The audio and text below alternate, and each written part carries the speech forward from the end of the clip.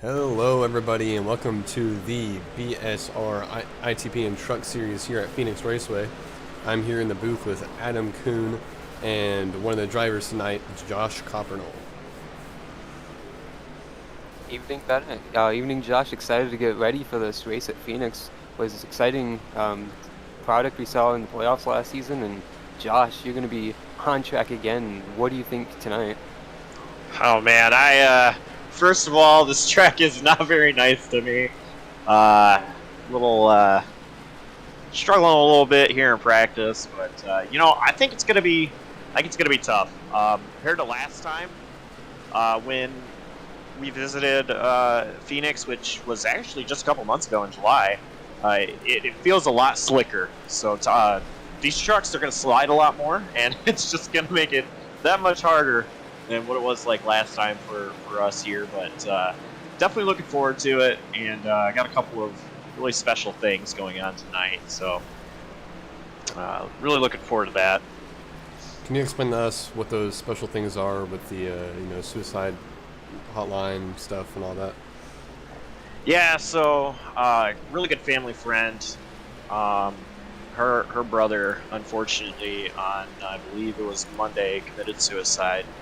And I don't really know much about the guy, but his name is Craig. I do believe he was a Jeff Gordon fan, actually, from what I understand. But yeah, he took his life, and we're here with the Suicide Awareness 150. Race and sponsor on the truck rather. It's just unfortunately mental health. It's a hard thing. Depression is a very hard thing. I've struggled with depression. I know a lot of people have struggled with depression. I don't want to imagine what it's like to feel the need to commit suicide. But if you do feel that way, there is help. 988 national number. You can call. I think you can actually text that number too, and it's just three numbers, 988. So if you feel, like there's really no hope, you need somebody to talk to, and you're not really sure who, call that number, and just get the help you need. Yeah, and it's very important that we can get that message out, but we really appreciate that you running that logo and that stuff, and you have a good reason to do so, and we're really hoping that you can pull out a good finish tonight. Do appreciate it, and hopefully as far as just finishing, we are a little bit slow here in practice. I'm not really expecting to find much speed, but hopefully as the run goes on, if we can keep the nose clean and just capitalize on other people's mistakes, hopefully we have a great finish. Looking forward to getting this thing going. I see, at least I'm sitting 21st in practice time, so it seems like we got a pretty decent size field. So top 15, top 10 would be pretty cool to get here. So, main goal is top 15, top 10. How do you think you're going to be able to do it since, we have the stage break at lap 38? Do you have any special strategies you're going to pull out, or are you just going to, try to avoid if there's any wrecks, or just have fun? Just keeping the nose clean. That's basically what I'm going for. And, if there's wrecks in front of me, I'm going to do my best to avoid them. Brake as hard as I can. Hopefully I don't get packed in from behind either. But, last time out, when I was very fortunate to be able to race on track. Lap 1, my teammate and still teammate Michael Kruger, of course, he got loose off of turn 2, and I was involved in that accident. Just hopefully avoiding issues, and if I do get collected in something, hopefully it doesn't affect me too bad to where I can still go on. Well, we sure do hope you do well, and hope to see you maybe in the top 3 later on the night. Yeah, that's exactly what I don't want to have happen right there. But yeah, it'd be pretty nice. Yeah, and pretty nice to get a good finish. as we all know, Phoenix can be a very, very difficult racetrack. Very, very flat and slippery and slidey. But you know, we'll do our best to, you know, explain to you what's going on the racetrack, and hopefully everyone has some fun tonight. And we will try to have some fun up here in the booth tonight as well.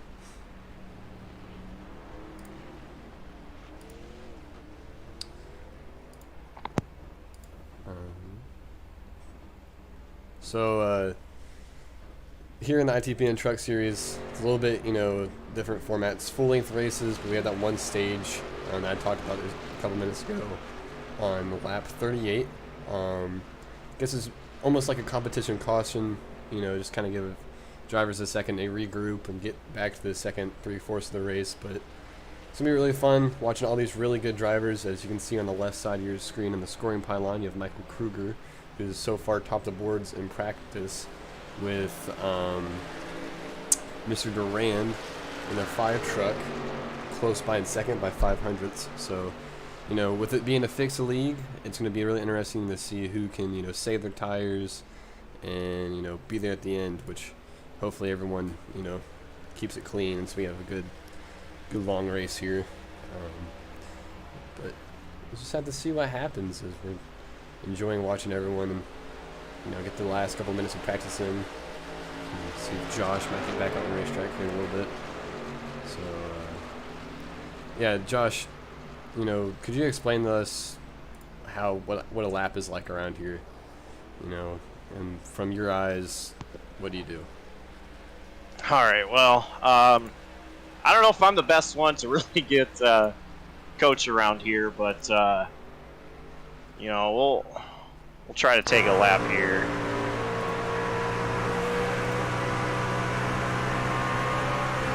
So coming up here, obviously this is just a warm-up lap, but this turn right here, 3 and 4, used to be 1 and 2. You want to roll the bottom right next to that yellow line and back up. There's start-finish line. You can't cut this dog leg, but sometimes people just really don't like doing it. Right here, 1 and 2, you can drive it in a little bit deeper. Roll kind of the middle here. This corner is very easy to drive, and you know, once again, just getting into 3 and 4 here, heavy braking, try to roll right up against that yellow line, and then get the speed off the corner. We'll go ahead and take the dog leg here. Yeah, that's one of those things that drivers will use, probably definitely on the restarts, and maybe even further in the race. As you can see, Josh taps the wall there a little bit.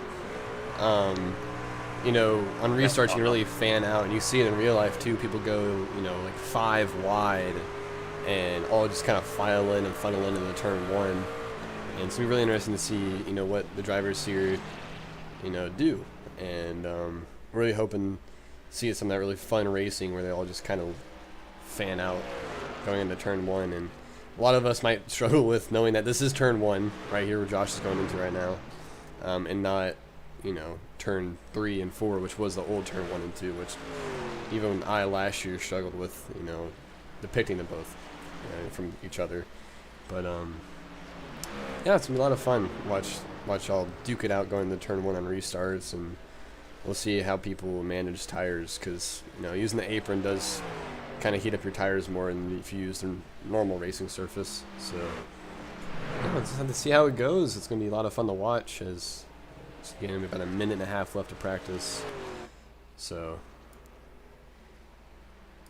any thoughts, Adam, on this racetrack and how it's gonna race tonight?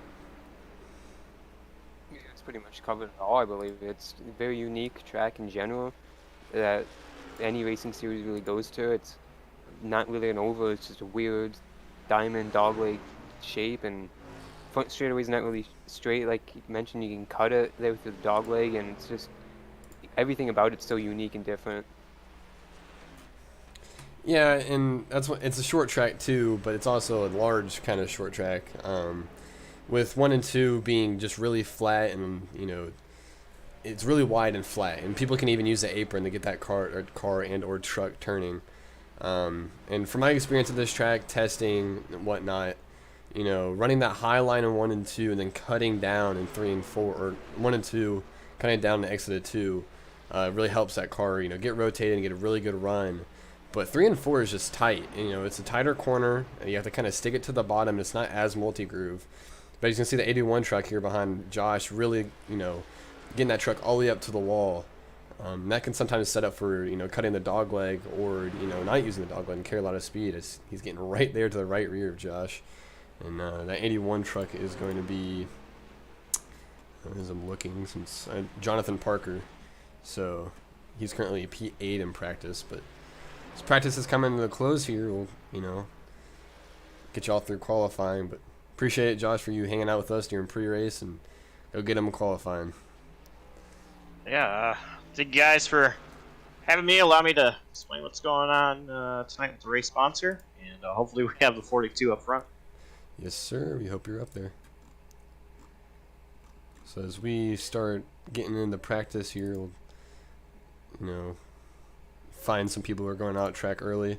And it's important that sometimes you go on track later and, maybe the track's cooling off and you get that little bit more grip, or, it just depends what your preference is on car handling and how fast you want to go. As we see Zach Probst out here putting his laps in. We'll see how he does. Josh is on track too with Justin Durand also. A bunch of guys already on track. And let's still go through the first lap here with Zach Probst. No surprise to see, excuse me, Bennett, but no surprise to see Probst on track. He's always one of the first guys out, and he was a 4-time poster the last season, so we know he's going to be really speedy here in these time trials. Yeah, but you see you run that high line on 1 and 2. That can, generate momentum. I mean, sometimes it doesn't, but, trying to get that second lap going as it gets a little loose coming off of 4. So it's going to kind of kill the momentum he was trying to gain, but let's see how it goes. As I was talking about earlier, entering that high line really does set up a good exit. But he doesn't cut down. He just kind of remains running that high line. And see where he ends up right now. So far, P3, but hopefully that second lap will be just a little bit better. And it's going to be a 27.024. I'll be second place behind Alex Kierfin as he commits die there after his lap. Got a Michael Kruger who was on top of the boards earlier during practice to see what kind of lap time he can put down.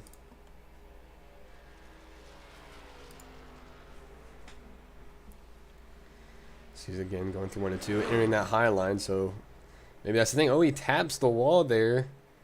It looks like he's going to park it and try to go at it again. As most of y'all know, and here in iRacing, when you tank slap the wall during qualifying, or you just tap the wall the slightest bit, it cancels that lap. So he's going to shoot out of a cannon here and get that second lap going. Hopefully it'll be good. But so far, the 30 car of Alex Kerfin is still on top of the boards, with second place being the 58 of Nick Dornick. Zach Probst in third, Cameron Caldwell in fourth, and then Dakota Knoll rounding out that top 5 so far. Many of our top drivers have yet to qualify, so it's going to be interesting to see what happens. As you can see, Michael Kruger using that apron to his advantage, and then trying that highlight again in 1 and 2. Can really see how much he's trying to push that car again every last tenth and try to get on top of the boards here in qualifying.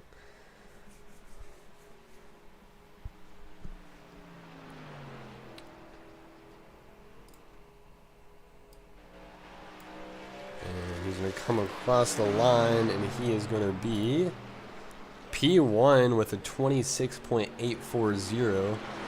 It's a pretty good lap there by him. So when you go to Justin Durand here going for his qualifying time, so he comes out of 4.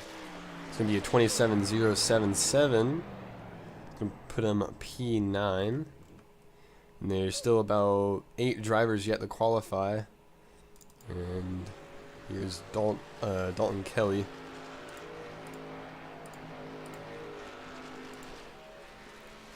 Really using that apron, using all that track.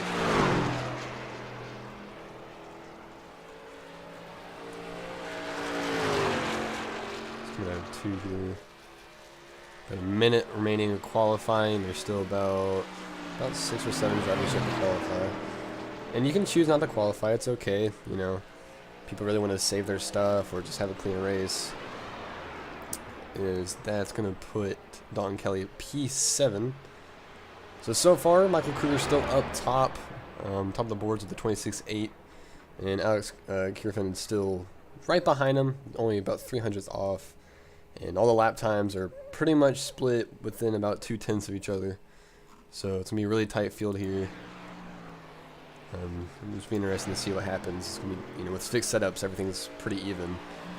So the 06 here, it gets a little bit loose coming off of 2 and loops it around. Still has 1 lap to go, so he'll probably reset and try it again. But already seeing the difficulty here, Adam, on, you know, how loose this track is early, definitely on cold tires, and that's what drivers are kind of being frustrated with as qualifying already come to end. So it's gonna be, we're gonna head to the race already. So we're gonna start with your starting lineup here in just a little bit. Any final thoughts before we start going through the grid, Adam? You mentioned it just there. The cold tires is going to be a huge issue on the initial start and all the restarts throughout the race. It was the main issue, the main factor in the playoff race here a couple months ago. So that's still in the back of everyone's mind. Everyone's been thinking about that all week, testing and practicing and just trying to work on the setup. Yeah, and there's not really much you can do on these fixed setups. You know, you have the you know, steering ratio, brake bias, and you know, that's really it. It's really all you got. So it's going to be interesting to see what's going to happen early. I think a lot of people are going to take their time and do what they need to do. So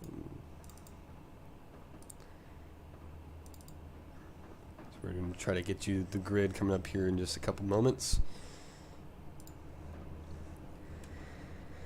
Once they start rolling off pit road, we'll give you the 23 car field by a row. But you have your general fast guys that we saw in practice so far in the top 10, with Michael Kruger topping the boards. And then in P10 you have Brett Bennett. Everyone really in this whole field is really fast, so y'all are in for a good treat here as you have some of the best drivers in iRacing going to duke it out for 150 laps. And it's going to be really fun to see.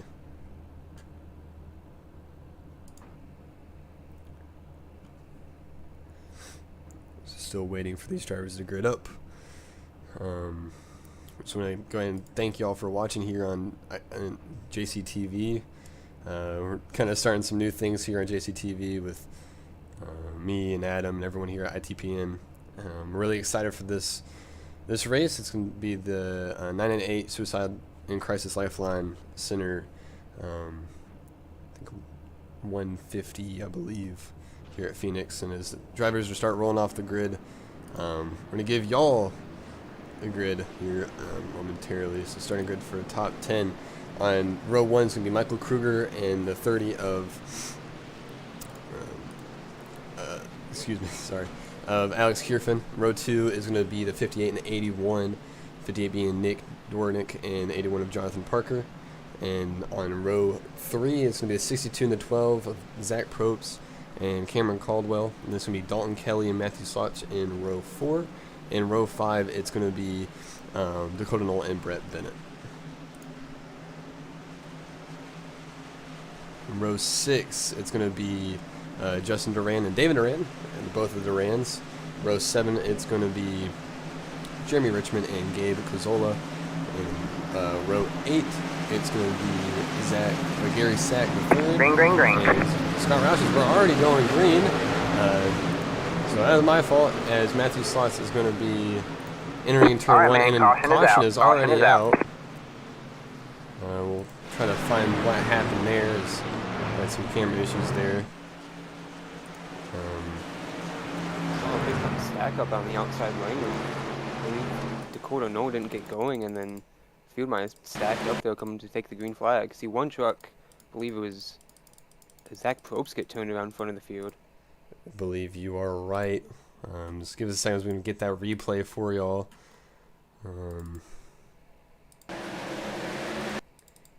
Yeah, I believe that's exactly what happened. I believe Zach Probst got turned in front of the whole field, which is very unfortunate.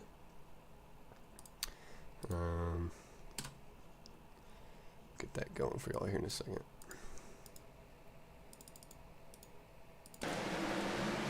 So you see they're coming to the restart, and looks like what's that?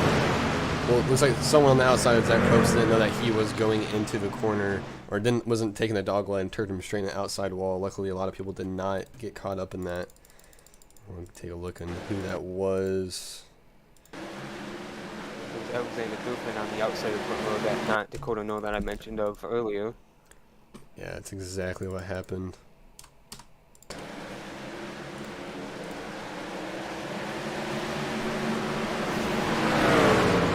Get one more replay here real quick. Yeah,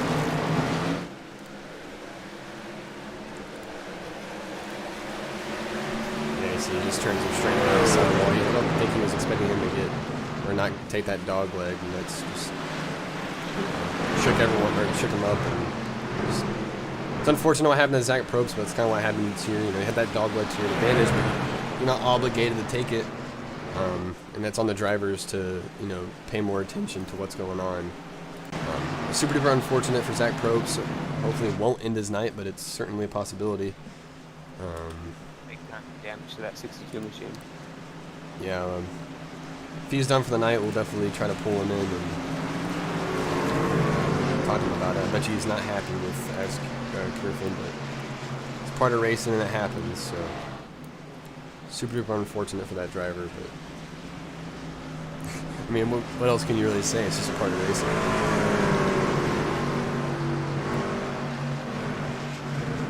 So since that was lap 1, we had our first yellow. I'm assuming not many drivers are going to pull the pit road, but it's just super unfortunate for Zach Probst, and you know, now these drivers get to have round 2 at the initial start, and we also get a round 2 at the initial start. So see how this goes. So the drivers are still pacing. Hopefully they'll take the one new green here.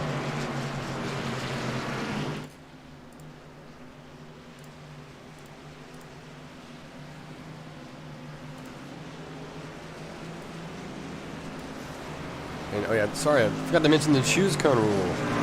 Here in ITPN Truck Series, we have the choose cone rule, which I will demonstrate for y'all here.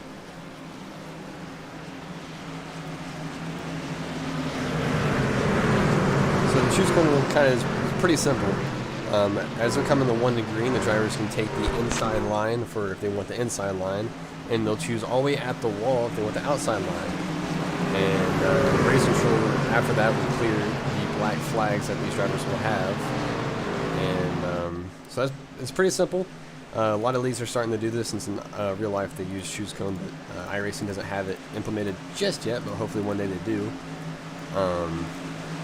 But as we're coming back to green here, Nick's working the outside, Justin Parker on the inside. Green flag, green flag. Green flag is back in the air. Let's try this again. As you can see, everyone's spreading out. You can see how wide this group of cars is. So 58 is going to try to beat the 81 down into turn 1. Everyone finally back in behind the 58 of Nick Dork's going to clear the 81 of Jonathan Parker. As Jonathan's going to get a great run coming off of 2, and as they're 2 by 2, basically second or third row back, as they're side by side up front. And that's going to be the first full lap here at Phoenix. 81 going all the way up to the wall. And you see they're using that apron every last possible inch of the racetrack to try to get a little ahead of the driver they're trying to race. As the leaders are still side by side through 3 and 4. Jonathan Parker's going to have the advantage. He led the lap, and he's still holding strong on that outside lane, Bennett, and he's going to clear Nick Durand off of turn 2. And that is a new leader here. It's going to be Jonathan Parker as he comes out of 4 here. And you see him going all the way up to the wall. As there's wrecking behind, caution's back out here. I had to see what happened. I don't know. I saw out of the corner of my eye a car get turned, and I think it was the 17. I could be wrong. Actually, it was the 18. One position behind, and Daytona winner David Durand also involved in it. Super duper unfortunate for those drivers. So I'm going to get you the replay here. Brought to you by JCTV and ITPN Truck Series.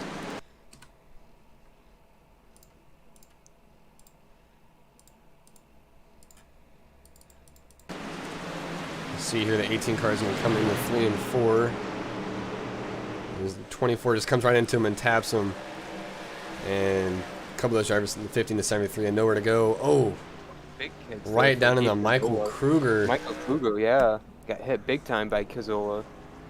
That was our favorite for the day. One of the favorites was really fast in practice and qualifying. Just really had nowhere to go here.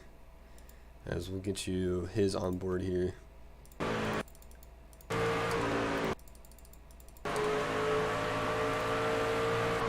So he's all the way in the back. I want to figure out why he was all the way back there. He had a pretty decent qualifying time, obviously on pole, and as you can see, they right in front of him, and then yeah, just went for a gap that just closed up. Nothing really he could do. Super duper unfortunate for that driver. As you know, he was really fast, and hopefully the damage is not too bad. But I mean, I don't know. He got hit pretty hard, so we'll have to see and hope that he'll be all right to continue. Where's this all goes? Ettinger get involved in that crash in the 73 truck.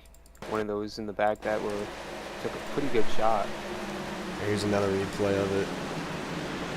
You can see the 24s will start coming up the corner, and the 18 was holding his line there in the bottom, and just wasn't expecting him to still be there, and just huge impact on the inside wall. And you see again a gap close up for Michael Kruger.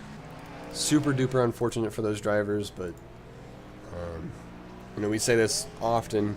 You know, it's just part of racing. You know, wrecks are going to happen. You can't control really what happens outside of that, and it's super duper unfortunate when you get caught up in a wreck.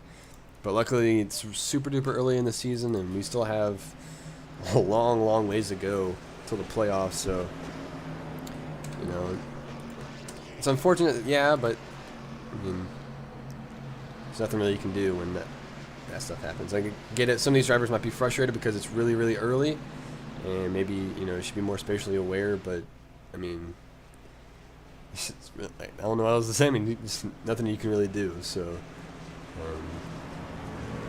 Speaking of not having anything we need to do, I think we got one driver already out of the infield carriage center. So how about we bring in and talk to Zach Probst real quick?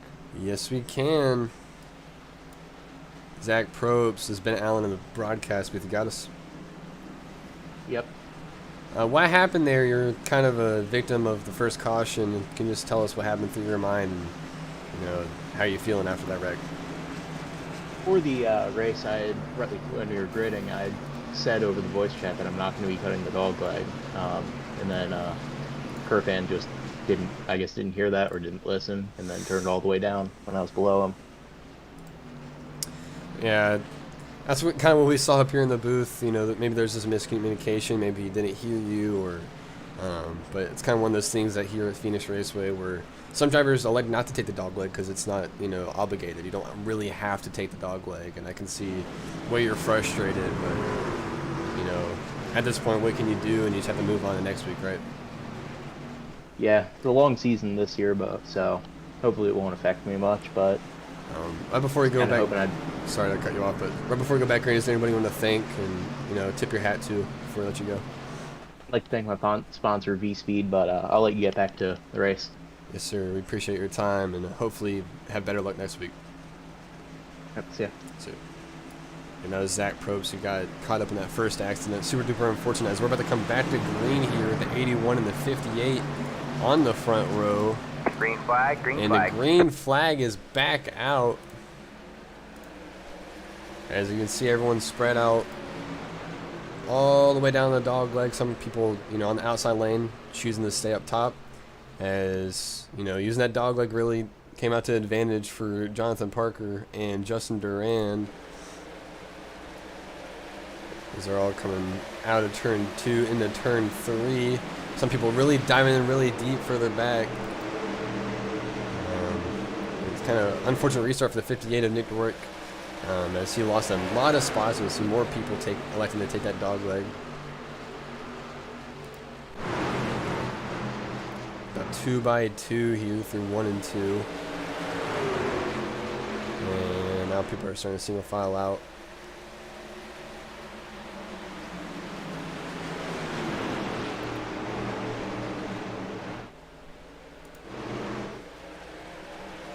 As our leader, Jonathan Parker, had a really good restart and used that dogleg to his advantage to keep his top spot.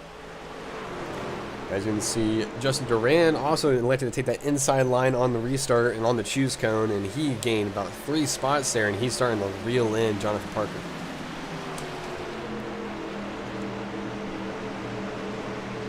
Yeah, it seems like right now that Durand is faster on that side of the racetrack compared to Parker, who seems to pull away just little by little in 1 and 2. Let's see this time by what happens through this side of the racetrack. Justin running a little bit higher lane compared to Jonathan, just painting that yellow line through 2 and 1. Yep. As you can see, he's kind of right in his tire tracks as they go down in the 3 and 4. See the 81 just kind of dives in just a little bit deeper. You will sacrifice momentum and speed on exit, as looks like Justin Durand tried to set up the dogleg a little bit better there, but still about a tenth in between the two drivers. And you can see this only about one multi-groove set of corners here, 1 and 2. And it's really a good opportunity for drivers to use that outside lane and try to gain a lot of momentum, but also you sacrifice tire wear up there as well.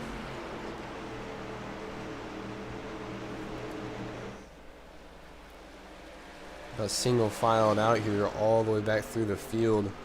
Just going to take a look about kind of further back there with Matthew Stotts. And it looks like there might be some content ahead. Yeah, wrecking ahead. The leaders are around. No yellow. I'll have to see what happened there. Yeah, he was wrecked with Nick Dornick, but they continue. Dakota Knoll now assumes a lead with Cameron Caldwell behind. We're going to get you a replay of what happened there. I have no words. I don't know what happened. As soon as we looked away, the entire top 5 imploded. I'm going to try to miss a little bit of the action here, as looks like I found what happened. You can see Justin Durand here. You can get off the corner, use that dog leg. Looks like he might get on the inside of the 81. Tries to dive in real deep. Oh. Yeah, just contact. Really unfortunate for all 3 of those drivers. Justin Durand really does save the car, but the other 2 back there weren't as fortunate. Yeah, just a chain reaction there. Once Justin got into Jonathan, there was nothing Nick Dornick could really do, and he was just sent into the wall as a victim. Yeah. As was Parker, of course. Luckily, Justin Durand is continuing on the racetrack. Didn't lose that many spots, only lost 1. You can see a little bit of damage on his right front and the right side of his car, but it's not too terrible. But with that wreck, Dakota Knoll has taken a 2-second gap on the rest of the field. As everyone else checked up, he decided to go right through, and now this is his race to win.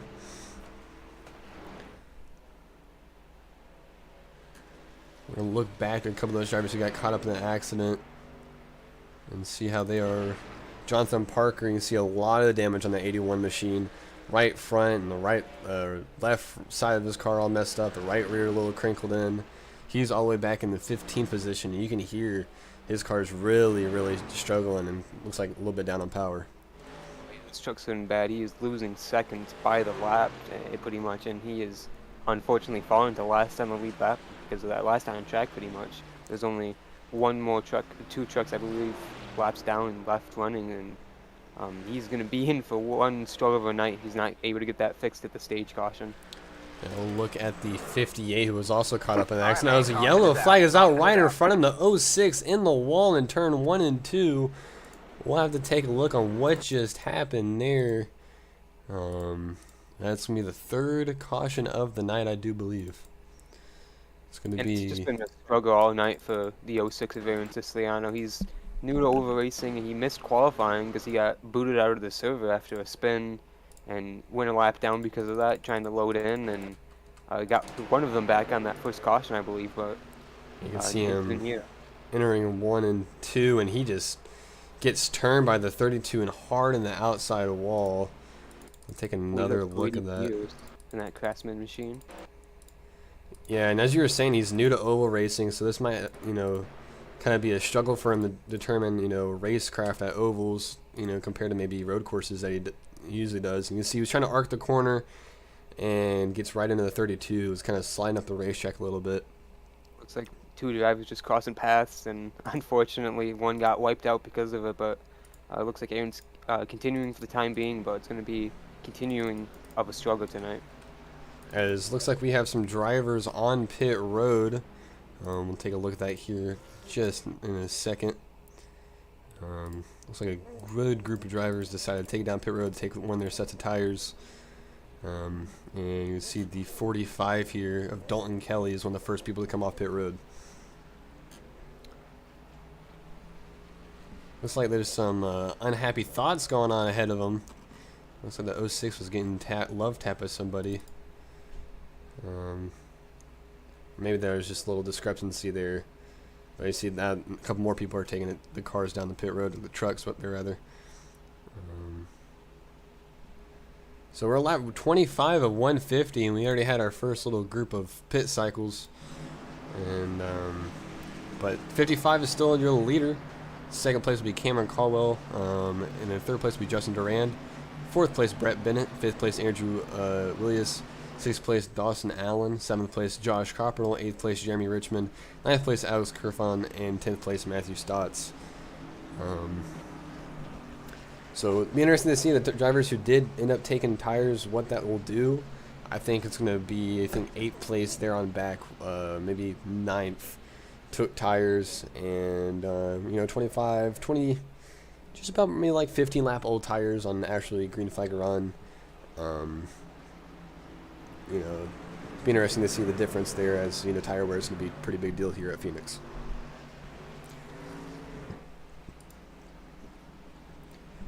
And we only have a handful of laps to the stage end, so it's going to be really chaotic for those guys going for the top 8 to secure those points in the stage break. Yeah, it's only probably going to be about 11 laps till that stage break. Thank you for reminding me. And with all the chaos that's already happened in the first 25 laps, you kind of forget about what happens in the middle of the race, like the stage break on lap 38. It's not the moment they cross on to lap 38, it's the end of lap 38. As you can see the choose cone here, as we have a lot of drivers trying to pick which line they want on this restart. As we've seen that the inside line really is the most dominant one on restarts, as you can use that dogleg that we keep on mentioning, because it's really important, definitely on restarts, as drivers tend to fan out for some reason 4 wide, and can cause a lot of chaos between people. But just have to see what happens here coming to restart.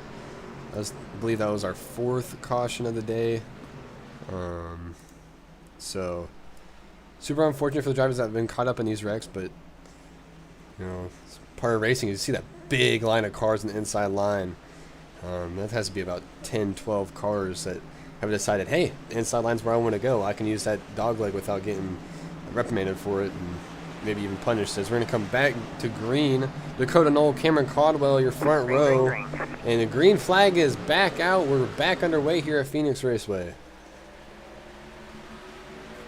So wheel spin on the outside lane of Cameron Caldwell, not a great restart. And a lot of guys using that dogleg, like you mentioned, to try and get around him, but he's going to hang tight in third for the time being. You see these cars, or these trucks that are rather going back through 1 and 2, as Josh Copperell kind of gets really tight on the car in his inside back there for 9th place. It'll be the 98 of Jeremy Richmond that gets by him. And these fresh tires really coming into play. So they're 3 wide going to the dogleg, and Josh decides to take that long way around. Try to avoid those guys.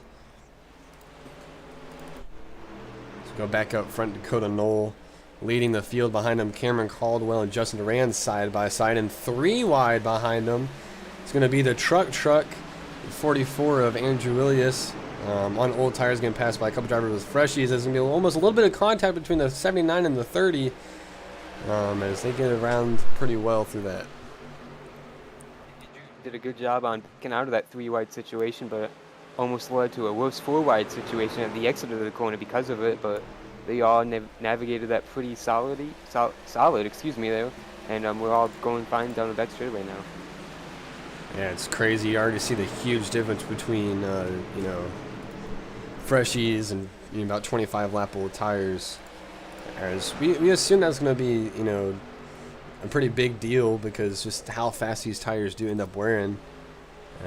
As you can still see, Dakota Knoll pulling away from the field even on those old tires. And then Justin Durand and Cameron Caldwell still holding the position along with Brett Bennett. But right behind them, they're about 3 wide again going into turn 1 or 3 and 4. And they're still 3 wide going down into the dog leg. 98 on fresh tires, passing the 47 of Brett Bennett. Brett, you know, slowly falling back through the field.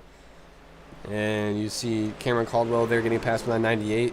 And the 98 of Jeremy Richmond is your first car on fresh tires, already making moves on the field. And now has Justin Durand in his sights. And if he gets by him, then it's going to be Dakota Knoll.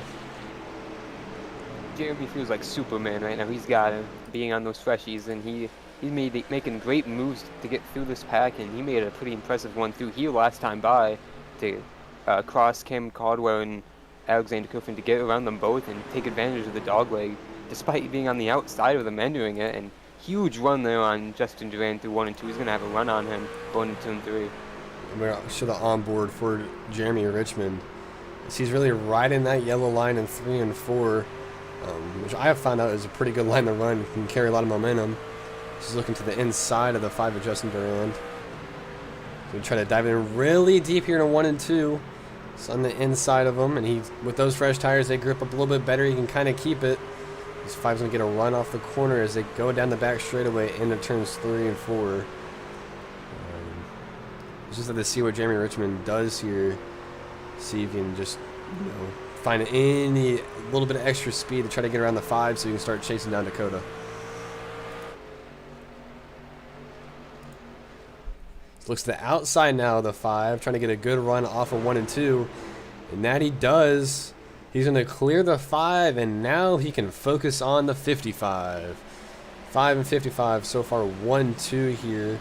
As about 2-3 laps to go to our stage break.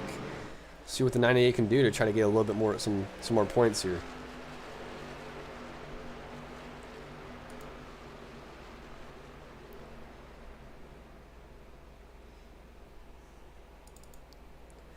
Back Justin Durand there, 3 wide for 3rd, Matthew Stotts. And the caution is out. We're going to figure out why.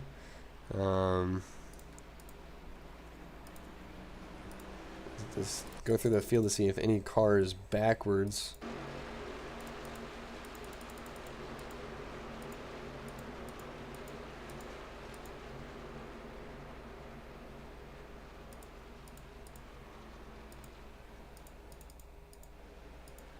Well,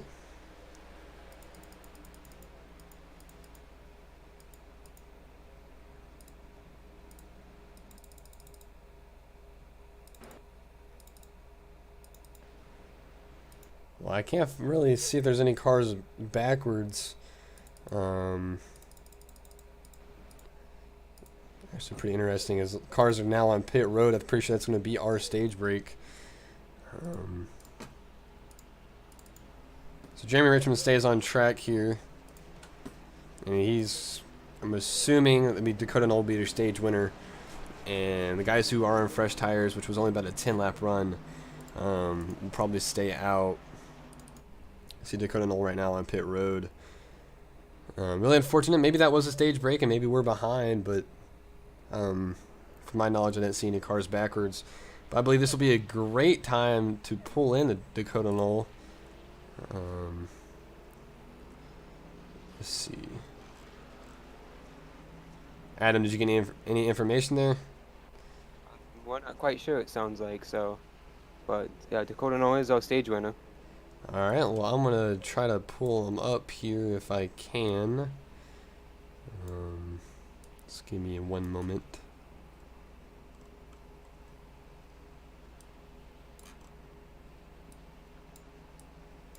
Dakota Knoll, been out on the broadcast booth. You got us? Yeah, I got you. Well, You got me? We got you, and you're our stage winner.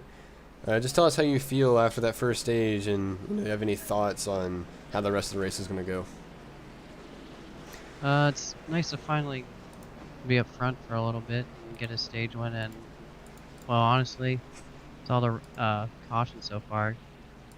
Might be a wreck fest, but who knows? Maybe enough cars are gone that it goes green. How do you feel about the fixed setup on your truck? You seemed really, really fast. You kind of knew how to, use what you had, even though it is fixed setup race. And, do you think you can save tires better than everyone else, or, it's kind of going through your mind when it comes to that? I had a pretty good result last season.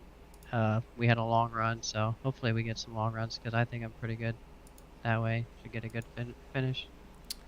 Well, we hope you do well as you're lining up P4 for this restart. I'm assuming y'all are about 2 to go, coming on 1 to go, so have good luck choosing that choose cone. We'll hopefully see you there at the end. Yeah, thanks a lot. Yeah, no problem. And that was the 55 of Dakota Knoll. Driver that 55 Chevy Silverado, as this is the choose. Once again, choose cone. It's pretty simple. Again, go all the way to the inside as far as you want if you want the inside line, or go all the way top to the wall if you want the outside line. We've seen a lot of drivers in other leagues kind of had issues with this, but this league does it pretty well. So there is the choose cone that everyone adores so much. So you're going to be focusing back up front on your current leader as they're going to go down the long pace speed of the back straightaway to the restart zone. Yeah, we have the top 3 here on those tires that kind of fresh, but not as fresh as everyone else. Obviously ran those last, was about 10 laps to the stage. See how well that holds up for them here. It's going to be really interesting to see if the outside line works for the 98 of Jamie Richmond. As we can see, he does have that kind of extra luck of jump as they're going to come through the restart zone, and the green flag is back out here. 98 gets a good jump on the 30 and the 17 as he's going to cut back down and take that dog leg. It's really good that he can carry momentum there, and the 30 is going to clear the 17 as they're about 3 wide behind them. It's going to be the 5, the 55, and the 12. 5 of Justin Durand and the 55 of Dakota Knoll, and the 5 car is in the wall. Really, maybe got a little bit scared if the 55 was going to come up, but he slams the outside wall coming off the 2. He keeps it straight. He's going to keep going, but that's definitely going to hurt his truck. It'll be interesting to see what happens. Looks like he's got some damage on that 5, but he's able to wheel it underneath Cameron Caldwell and get the crossover done on that 12 machine there. So we look up at Matthew Stotts trying to get around Alexander Kerfin, running a higher line through 1 and 2. Not able to make it work. They all tuck in line single file. Now he peeks into turn 3 while Duran continues to fight for Caldwell. You can see how much, a little bit of speed he loses in the center corner being that bottom lane, but you're really eating your tires if you're the 30 truck on that outside. And you can see 17 can just keep with the 30 as he's going to try to clear him in 1 and 2. 30 has the run on the outside, carrying a lot more momentum. And they're still side by side as the 98 is still leading. See the 55 Dakota Knoll on those fresh tires, using the outside lane to get runs in these drivers up front. He might push it 3 wide here in the 17 and the 90 or the 30 car, excuse me. As it looks like the 12 car is looking, and they're 3 wide once again going into turns 1 and 2. Sent it really deep in there. Huge send on Matthew Stotts, about 5 or 6 more car lengths deep than the 17 machine. Made it stick. He's up to P4, while the 55 and the 30 continue to battle for this P2 position. Yeah, you can see the 55s can probably clear the 30 here, going through the dog leg. And no, they're still side by side, almost 3 wide here. Here comes the 12 looking on the inside. 55's going to clear that 30 truck going in the 1 and 2. And Dakota Knoll and Cameron Caldwell are now going to battle as Caldwell's going to file in. Looks like the 17 got a little out of shape coming out of turn 2. And now Dakota Knoll has his sight sets on the 98. Dakota Knoll on those about 12 lap-ish fresher tires. He's going to cut the dog leg to get under the 98. And he's trying to dive it in really deep here in the turns 1 and 2. And he is. And is he going to slide job him? Nope, he's going to clear him normally. The 55 is now back in the lead. Dakota Knoll.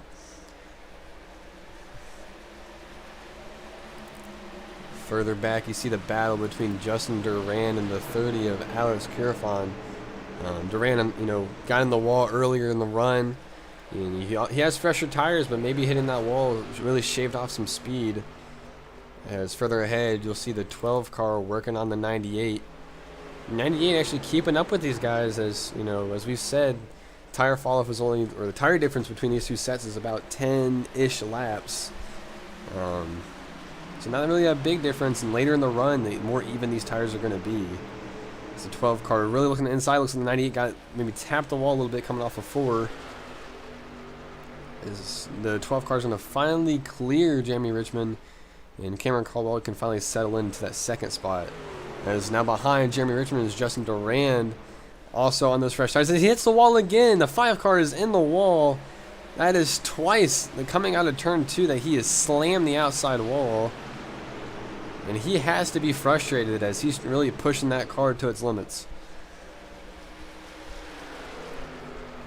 Yeah, it's going to be more significant damage on that 5 machine than the first hit, but he's going to continue to ladder up in the top 5 for now. He's not losing too much speed on Dalton Kelly, who has worked up into P4 right on the bumper of Richmond, trying to get something there on him for the time being, but he's going to stay in line. As you as a driver with fresh tires racing on these guys with just a little bit older tires, when you're behind them for long enough, you can see the cars in front of you start pulling away. You got to get frustrated, and as you can see, Dalton Kelly making a move on the 98.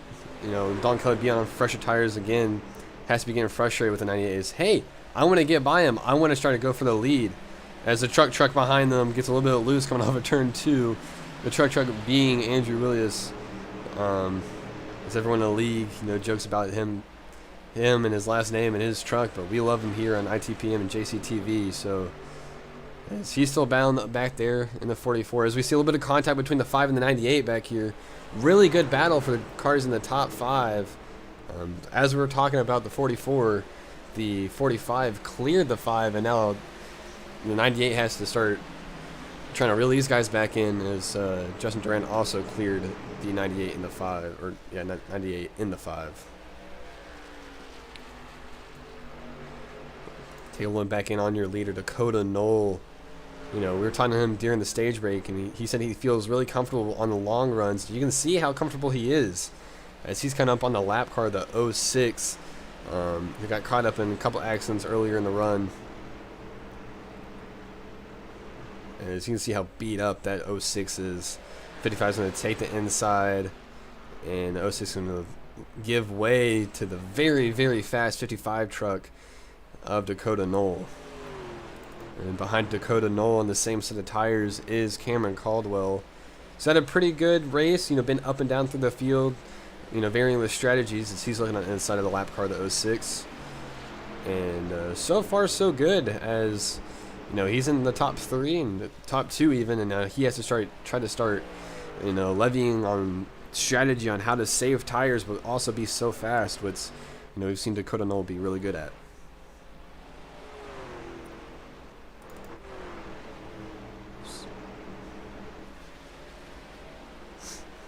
Look further back in the field here, as good big gaggle of cars back here for about the 7th, 6th position, as we have the 30 car of Alex Kirifan and the 47 of Brett Bennett.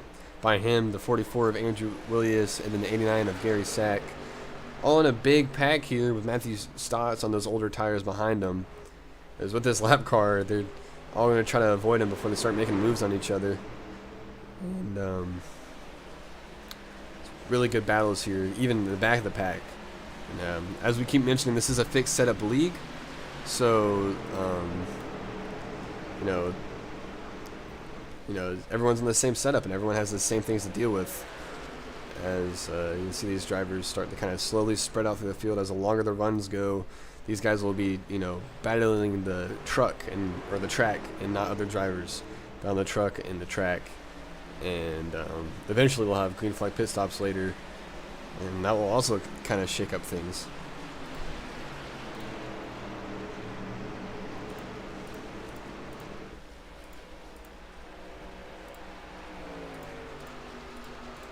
One thing I'm surprised we haven't seen is those guys on the alternate strategy, the 10 lap older tires really fall through the field yet. Richmond's only in 5th, and he's the best of them so far, I think, hanging on in P5.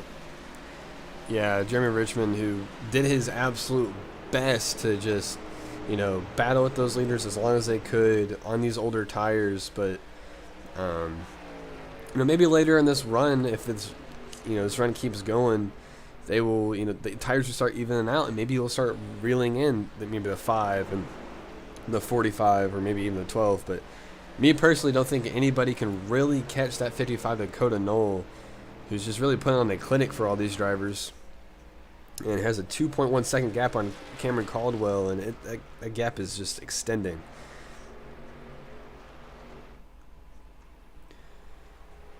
See, just you can see the gap there between him and Cameron Caldwell. It's just huge. You know, it's only 2.3 seconds, but this is the shorter racetrack, so that's way bigger than it would be at, you know, a super speedway or a intermediate track. So continue to look back through the field at these drivers, and you know, just kind of see there's about maybe a 5/10 gap between all these drivers. You know, the field's getting really spread out, and I think this might be a really good time to get a little bit of a ITPN, you know, turn it up if you would like to do that as well.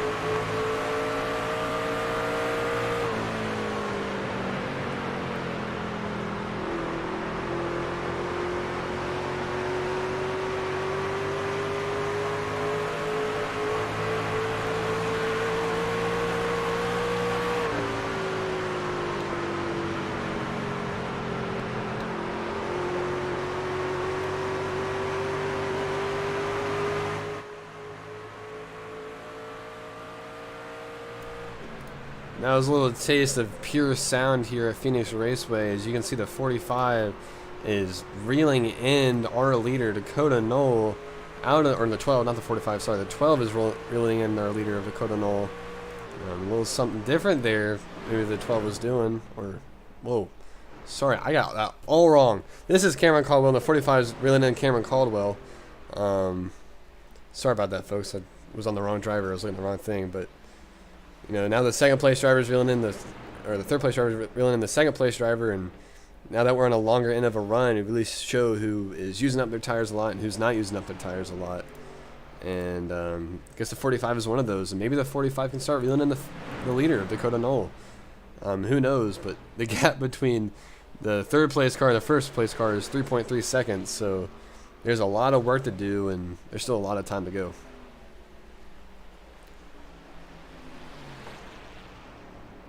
Yeah, a long ways to go, and these guys are spread out. We talked to Dakota earlier, and he mentioned he wanted a long green flag run to the end, and if it continues like this, it's going to be pretty simple for him. Just keep it out of the wall, keep it going the right way, and have a perfect, flawless pit stop when we get down to it.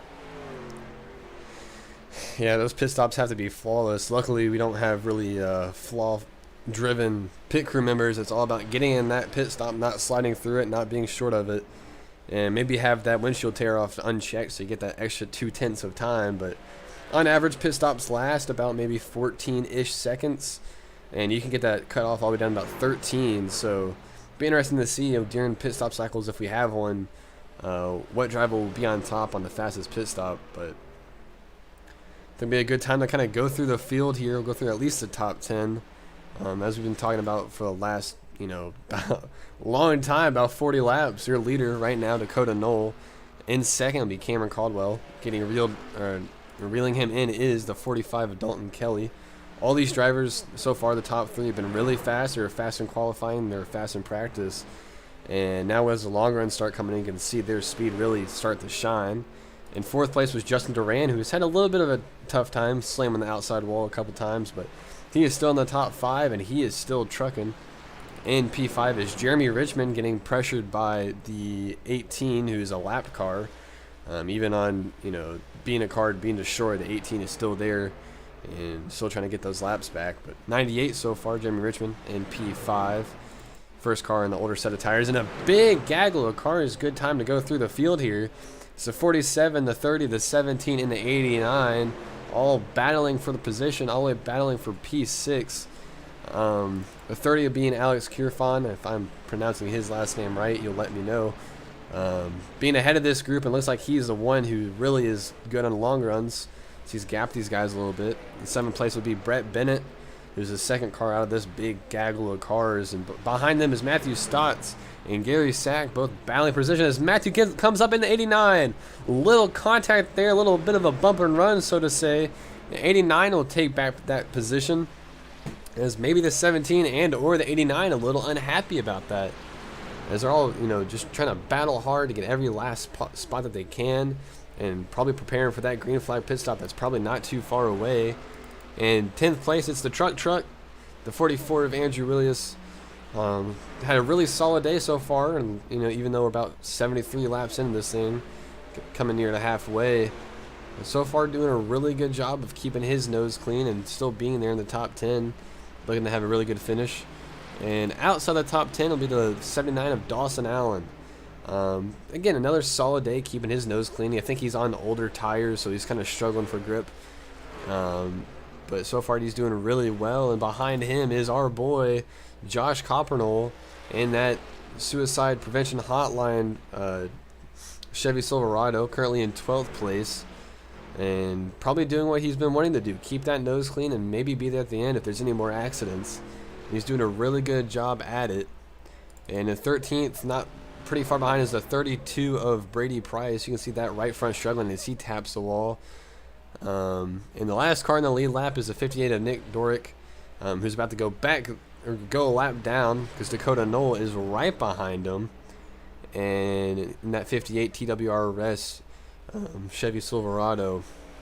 But that rounds up our lead lap cars, as you see Dakota Knoll, who still has a very commanding lead of 4.6 seconds on Cameron Caldwell and Dalton Kelly, as he's getting by this lap car. And he clears the 58. But looking further back, that battle for second place is ramping up. About 3/10 between these two drivers, and behind them, the 5 and the 98 are back there kind of peeking in, seeing what's going on. As I said earlier, these tires will start to even out, and the fastest of these drivers will start the show. And let's see it here. 45 kind of running that outside lane, trying to get some time, gain some time on them. As they go right here in the 3 and 4. And past halfway, I'm surprised it took this long to see an SBOD truck get this far up to the front. Don Kelly leading the band of those guys in P3, and on the back bumper, tailgate of Cameron Caldwell, obviously right here. You see this hot battle for P2, but they've struggled all night, SPOD has, and cracking the top 5. And once Dalton did, he flew through it, and here he is trying to get up to the run-up spot and maybe chase down Dakota, but he is having his work cut out with Cameron right now. Yeah, it's really great battle for second here. As you know, as drivers, we all know every spot counts to us, as he's right in his tire tracks going through 1 and 2. And as we were talking a little bit about earlier, as the run goes on, you can start running that higher line. Even early you can, and it's fast either way. We saw it in qualifying. But, you know, it's just like real life. The track will start to change, and grip levels will start to get different on different lines, and people are start running the racetrack all the way up to the wall. We don't see that as much in 3 and 4 just because it's a slower corner and it's really more of that short track vibe. But definitely in 1 and 2, as you can see, it's really flat. People can really just arc that corner and get a good straight exit. As you can see, both of these drivers are doing a really good job at. But the 45, every lap gets closer and closer, but through center off, that 12 car pulls away, or 12 truck. But I think one of the things that the 12 cars... Oh, sorry, go ahead. That was a really great exit right there for Dalton trying to get around Cameron. Almost did it entering 2 and 1, but just gave up too many car links on the entrance of the corners. Cameron ran that higher lane and just pulls off there on the exit. What I've seen from Cameron Caldwell is he gets in the corner really, really well, but it really kind of, you know, struggles on his exit speed. It looks like 45 had Dalton Kelly had a little bit of a bad lap. Bad lap there. So he's going to try to lock back in and try to catch this 12 truck of Cameron Caldwell.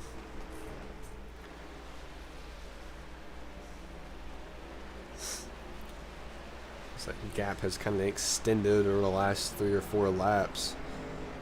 As you said about 5 or 10 laps ago that we are past halfway, so it's time to start thinking about strategy. Do you want to pit at halfway and make it to the end on fuel, or do you want to try to extend that run and be on the freshest tires? Or maybe everyone's good on fuel. We really didn't look into how long a fuel run can be, but I'm assuming it's around 80-ish laps. All right, man, And the caution is out. And that might change everything. Take a look to see what happened. It's a big surprise to see that at this stage of the run. Yeah, looks like it might be a self-spin, maybe. I think it's going to be the 17 of Matthew Stotts, who's had a very good run so far today. So he's coming off a 2, gets a little bit sideways, overcorrects, and slams the outside wall and blows an engine. And he's going to creep and crawl all the way back down the inside line. And I think that's what caused the yellows. He's going to park it here on the wall. Super duper unfortunate for a guy who had an awesome race. Really sad to see that happen to, you know, such a good driver as well. It's a big impact to the wall, and that's, like you mentioned, a very disappointing way to end the night. So we're going to see pit stops to the leaders here under caution. Yep. This is where everyone's going to get kind of evened out on pit stops in the pit cycle. See, Dakota Knoll was the first person on pit road because he had the biggest gap, and he was the first person to get to the pace car. And everyone's going to be behind him. He's going to come off pit road. He's easily going to be the first person to come off pit road. It looks like Cameron Caldwell's going to be next. Behind him will be Dalton Kelly. See, he hits the blue cone. Everyone hates the blue cone. Justin Durand, Alex Kerfon, Jeremy Richmond, Brett Bennett, Gary Sack, and Dawson Allen rounding up your top 10. As now everyone's going to be evened out, set on the freshest tires. It looks like the 98 is going to come back down pit road. Maybe, oh, nope, he was faking out the broadcast. Looks like he might have had a penalty or something there. It's unfortunate for him. But Dakota Knoll, first person on pit road and first person to come off. And it'd be a great time to get an interview from our guy at JCTV, Josh Coppernell. Bring him down here momentarily.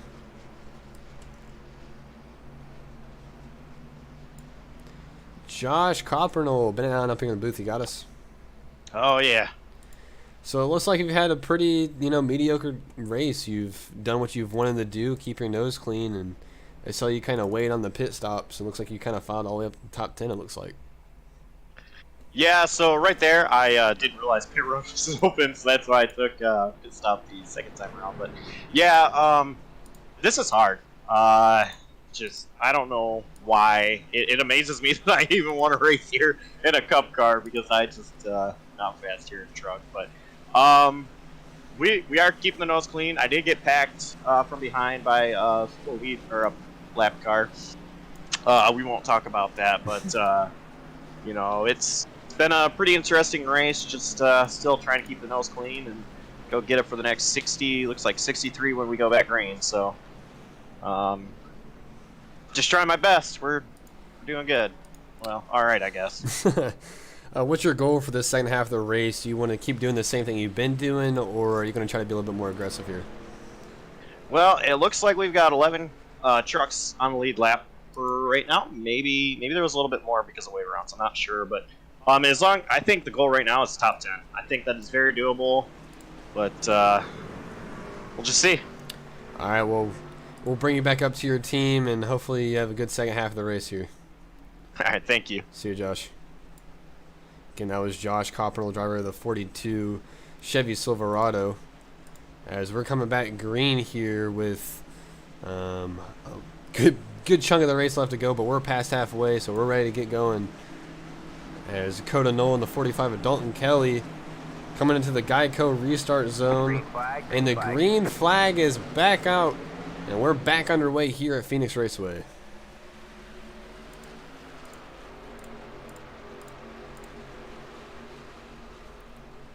See Dakota Knoll getting a really good entry there into turns 1 and 2. Coming back to the back straightaway as 12 car gets a little bit squirrely. Alright, man. And the caution is back out. Let's see what happened there. As again, we talked about earlier on cold tires, how treacherous it can be.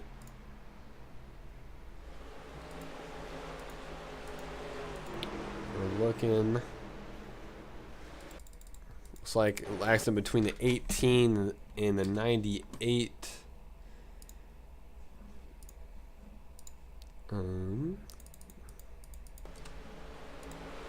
So going through, it looks like 1 and 2. 18 gets loose on the apron, right back up in the 98. 18 goes around, and ooh, big impact between the 58 and the 18 there. It's unfortunate for all of them involved. They're Nick Dornick at the tail of the field, just trying to ride around, and it's Gabe Gazzola quite a few laps down in that 18 truck, racing around these guys. And Jeremy Richmond, he's a lead lap truckster, I believe, and got a front end damage from that. Get another look here. You can see him riding that apron, gets off of it, and then gets right back on it, and then just the car loops around on him. Had contact with the 98, who's had a pretty good night tonight, and then the 58 trying to avoid it and had nowhere to go, filing behind the truck in front of him. Super unfortunate for all three of these drivers, but like we keep saying after every accident, it's just kind of part of the deal. You got to do your best to avoid these things, and these drivers, they've done pretty good all race, and sometimes it's just one bad luck charm that takes you out. So super unfortunate for the 98, the 18, and company, but they'll either get that damage fixed, get back on the racetrack, or pack it up and go the next week.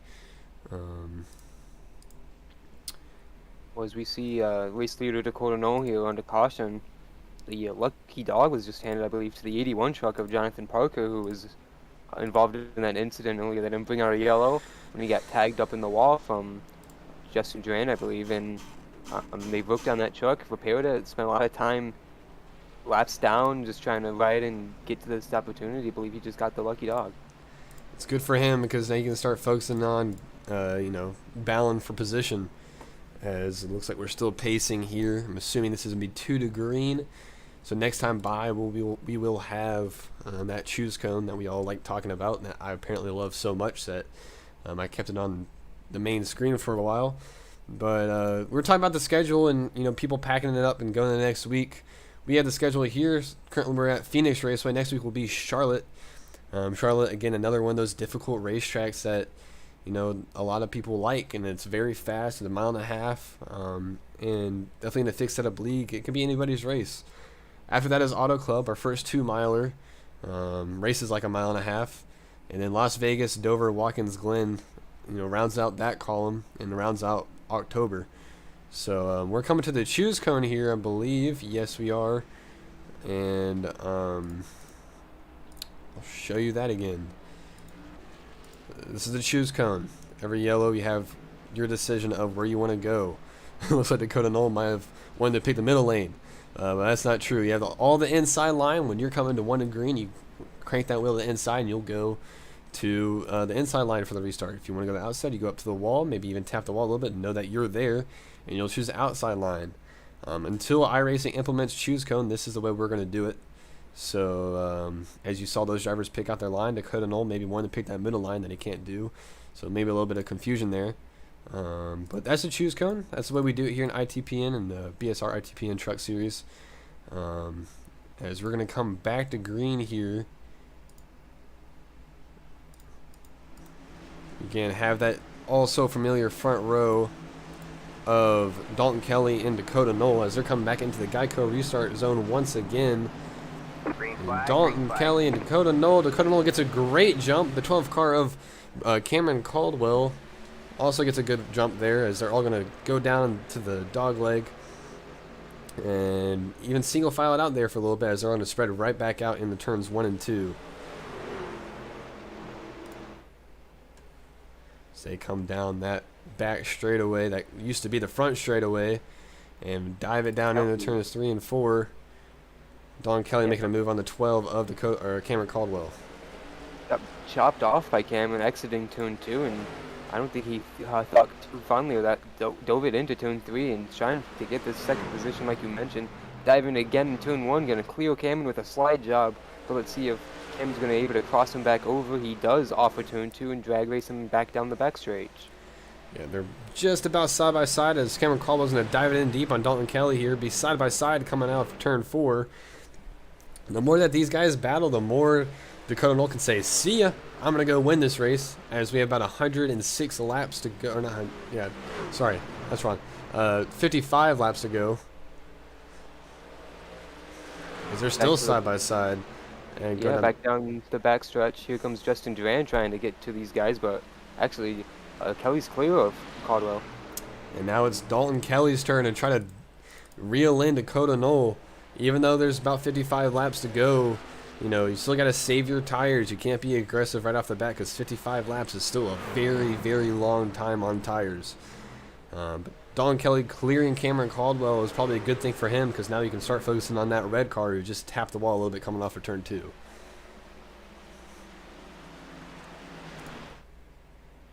See these drivers going through turn 4. Back down to the front straightaways. It's about single file all the way back through the field. A little bit of side-by-side battle between some lap cars. As you can see, just little by little, 45 starting to reel in Dakota Knoll. Maybe he has to start focusing on saving tires. We'll have to see. As even Cameron Caldwell might be wanting to try to chase in 45 again.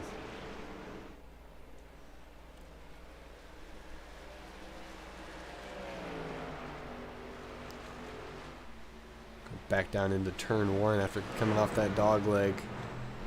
Sometimes that transition from the dog leg back up to the actual racing surface can be upsetting to a truck and or a car, but everyone so far has handled it pretty darn well. As the top 3, who's been the top 3 for a very long time, Dakota Knoll, Dalton Kelly, and Cameron Caldwell, all doing a good job of staying up front. And but Dakota Knoll, man, he is fast, and he is lightning fast. You know, these long runs are just right in his wheelhouse, and no one's really been able to come up to him and say what's what. The gap between first and second is about a 5/10 gap, as 45 got on the apron a little bit there coming into turns 3 and 4. We'll look a little bit further back up to the 5 truck of Justin Durand, who has during those cautions, not really fix his damage. Maybe he doesn't think it's hurting him that much. As I think he's right. He's in the 4th spot right now, getting a little bit pressured by Alex Kirfan. And right behind him, Gary Sack. You know, this has been a pretty up and down race for Justin Durand. Hitting the wall a couple times, avoiding accidents, but you know, he's still in the top 5. He's still trucking, and who knows, something can happen to the leaders, and he can still be there for a chance to win this race.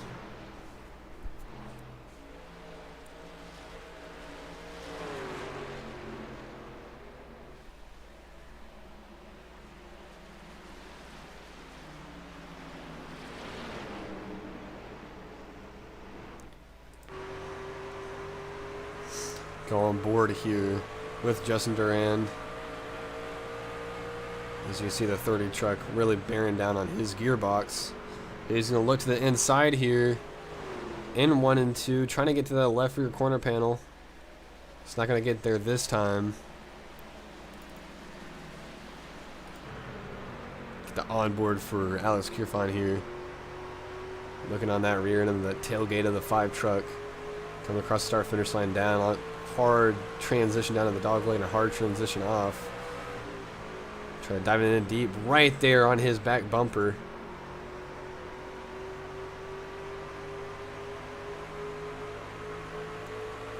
So try to get maybe look to his inside here and try to dive it in really deep. Maybe no, he's being respectable to that 5 truck. He's gonna try to roll that top, get a good run, and he does. Almost hear that truck struggling a little bit on exit. The engine really bogged down. I haven't heard anybody shift yet. I've heard a little bit of shifting during practice, but not much during the race.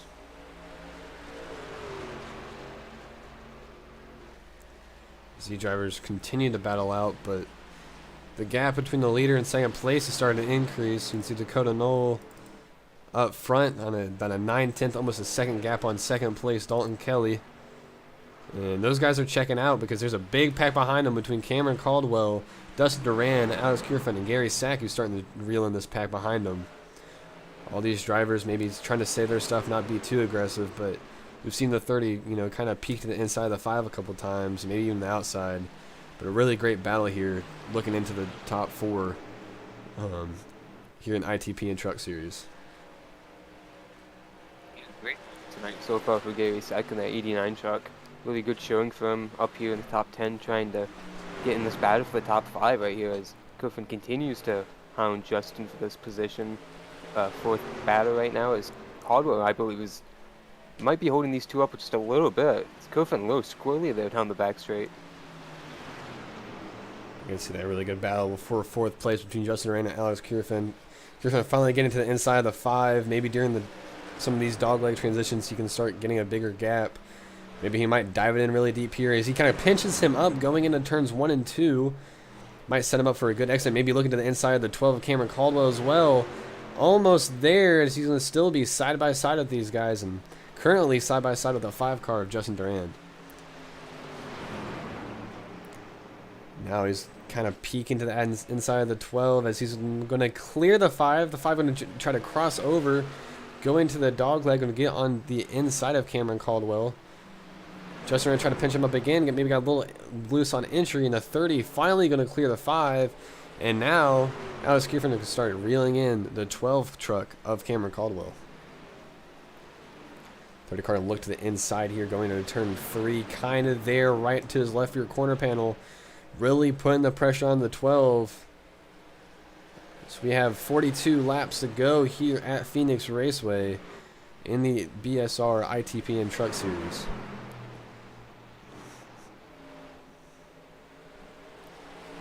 A lot of pressure on that rear tailgate of the 12 from the 30. Now the 5's getting pressured by the 89 of Gary Sack. Gary, who we've seen in and out of the top 10 all day and kind of settled in during the long run, now trying to, you know, fight his way into the top 5.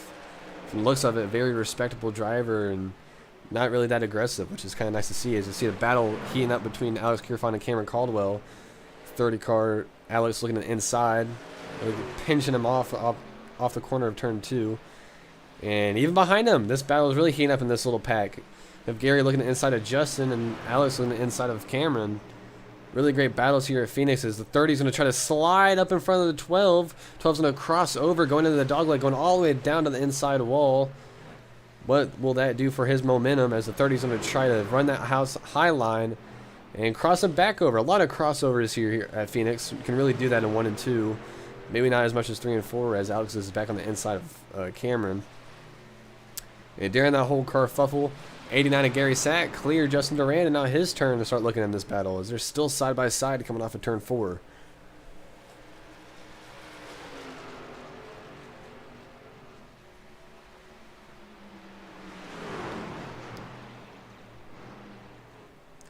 He's going to clear the 12, maybe looking for another crossover move. He can't get it done as the 12 car hits the wall. Causes the 30 to get off the wall a little bit there too. Maybe a little bit of contact after slamming that outside wall. And now Gary Saxon might look at getting that 4th place spot from Cameron Caldwell. Just hitting the wall kind of cost him some momentum. As we're going to look back up to 2nd place as the 30 finally cleared them. Getting by 2 lap cars, the 06 and the 85. Or sorry, not the 85, 58, excuse me. And now the guys behind them have to start dealing with these lap cars as well.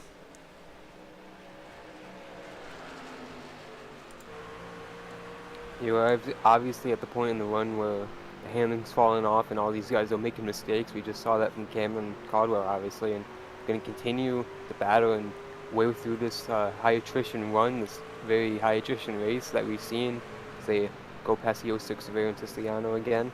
But once again, Gary Sack running in that P5 position here, we ride on board with, trying to get around Cam Caldwell and just stay in front of Justin Durand. Pretty great showing from tonight, like I mentioned before, and he's going to continue to run in this line here as we see these guys separate each other now as we're about 35 laps from the finish, and a little moment there with Nick Dornick getting lapped. Yeah, as the laps start to wind down, those guys who've been waiting back there and saving their tires are starting to show up. You know, me personally, once I get about 20 to go at these shorter racetracks, I'm going to start pushing as hard as I can. If I get frustrated with not being able to pass somebody, there's a front bumper that God gave us for a reason, and I'm going to use it. So maybe we'll see some of these drivers who like to be a little bit more aggressive later start using that front bumper or start getting a little anxious and continue to start, you know, bound these drivers for every last position, because every position matters. Leading into the playoffs later in the year, later in the season, you know, it's going to be good to have all those bonus points and all those points, because that gives you more of an advantage leading into the playoffs. I know it's early, I know it's race 2, but, you know, we still have to think about this. As we see Gary Sack maybe look to the outside of Cameron Caldwell. You're going to try a little bit of a crossover here, get to the inside of him on exit of turn 2. Cameron looks like he's struggling a little bit on these older tires, as Gary's going to be really respectable and not try to push off the corner as much.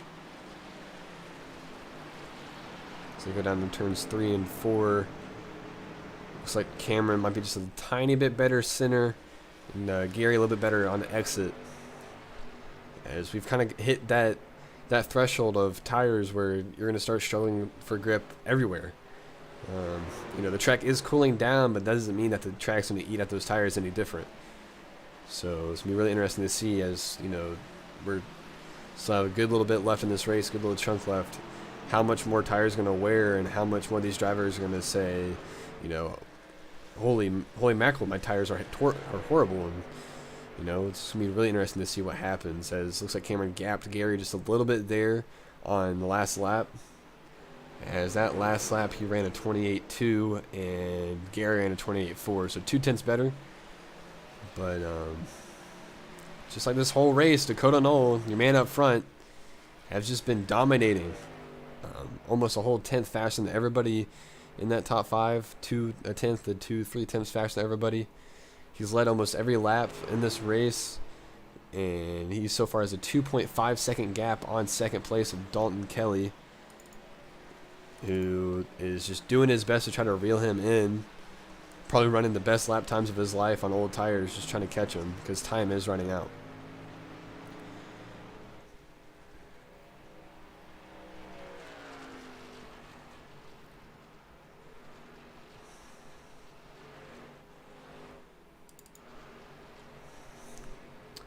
Go back to that battle between the 12 and the 89 that we were watching for a while.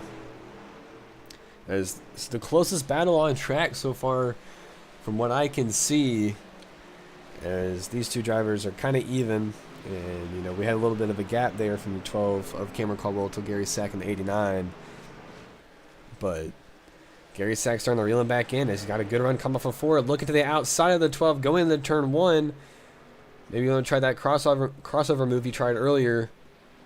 Maybe try to get on the gas just a little bit better than Cameron. Cameron really doing a really great job defending the 89 as the 89 got a really great run off of turn 2. Looking to the inside in turns 3 and 4. He's not going to be aggressive. Cameron got a better arc there going into turns 3 and 4, so he's going to have a better corner in general. But it looks like Gary's corner exit speed is really good.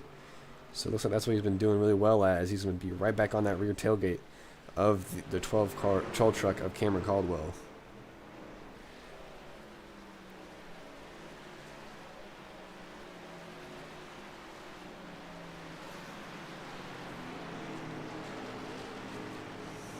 As we continue to watch this battle, we just mentioned this a couple seconds ago, Dakota Knoll still out front. 2.5 second gap on Dalton Kelly as we're going to continue to watch this battle as 89 looks to the inside of the 12. 89 knows he's faster, but he's going to try to pass Cameron clean. So still side by side. Cameron gets a better run coming off of turn 2. And Gary tried to look to his inside last time he had a chance to, and didn't really go well in terms of, you know, time on track. So he's going to stick right behind him. Gets a really good run coming off of 4. He's going to look a little to the outside of Cameron Caldwell going into turn 2. So he's going to be there, and I think he's going to try that crossover move again. He's going to have to get on throttle sooner than Cameron does. Looking to the inside, to his corner, to his door. Side by side, going back down the back straightaway. Still great job setting up this pass to see if he can execute here and complete it through 3 and 4. Cameron's going to run him a little bit tight on the entry, but Gary's going to run him wide on the exit just a little bit. He's going to cut the dog leg down the front strip. Yeah, you can see Gary's exit speed is just so much better than Cameron's. He's going to clear him. Cameron going to try to that same crossover move in 1 and 2. Just can't quite get there as Gary Sack's going to clear Cameron Caldwell. And I think Gary's going to start pulling away and maybe start reeling in the 30 of Alex Kierfin. About a 2.5 second gap between those two drivers. The 30 and the 89. You can already see how much more speed the 89 of Gary Sack has over Cameron Caldwell. And ahead of them by almost 3 whole seconds is Alex Kierfin. Go on board with him real quick. See the gap between him and the 45. There's this big gaggle of lap cars ahead of them. And go take a look at that. See, you're right behind Dakota Knoll. 3 lap cars who, you know, we've had a long enough run where we can start catching up that tail end of the field. And good to see that Dakota Knoll got through them. Now it's about to be Dakota Kelly's turn. And it looks like, oh, one of the lap cars got on the wall. Looks like they kept it together. See what Dalton Kelly will do. I think Dalton's going to continue to run his line really close to the outside wall. Get a good run off the corner. Looks like he's going to have to get off throttle for the 32. He can't be happy about that. He's going to try to dive it in really deep here on the 32 truck of Brady Price. So Brady has had, you know, a clean race, but maybe just a little bit frustrating. He's in the top 15. He has it wrecked out, so that has to be a good day for him. Maybe next week will be more of his kind of racetrack, as now the 45 is going to have to start reeling in the other lap cars he has to deal with, who are all right there side by side. It'll be the 06, I believe the 23, and the 81 up here. The 24s, excuse me. So it'll be the 81 of Jonathan Parker, the 24 of David Durand, and the 06 of Aaron Cicilline. Those are the lap cars Dalton Kelly has to get by, as he's going to get by the 06. And Alex Kierfin behind him, starting getting these lap cars as well.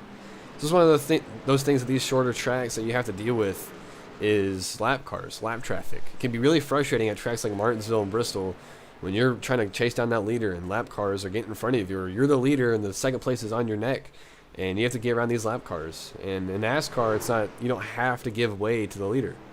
Maybe in some road course, series in real life and in iRacing, you have, that blue flag that everyone hates to see, but you have to give way or you get a penalty. But in NASCAR, that's not the case. If you're 3 laps down, if you're 4 laps down, you can do whatever you want when the leader comes around. And the leader's going to get mad. The lead lap car's going to get mad, but it's not against the rules. And so, that's one of those little extra kinks that the NASCAR series have, is that lap cars really don't have to give way. But if you want to have good racing etiquette, you'll give way to those leaders. As you see, the 81 looks like he kind of did there. And now Don Kelly is going to be pressing on the 24 of David Durand. And he's going to use that dog leg and probably clear him. No. Still side by side, and he will clear him here in the turn 1 and 2. As we're going to look back at Alex Kirfan, who has to start dealing with him as well. And further back, Gary Sack dealing with the lap car of the 06. And had to deal with the lap car of the 32.